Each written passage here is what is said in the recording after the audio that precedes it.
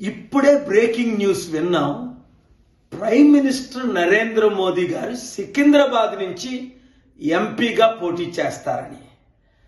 మోదీ గారు, నిజంగా నేను మీకు ఛాలెంజ్ చేస్తున్నాను, సికింద్రాబాద్లో కానీ లేదా మీ అదానీ స్టీల్ ప్లాంట్ కొనాలని 8 లక్షల కోట్లది 8,000 కోట్లకి అక్కడ కానీ మీరు పోటీ చేయండి.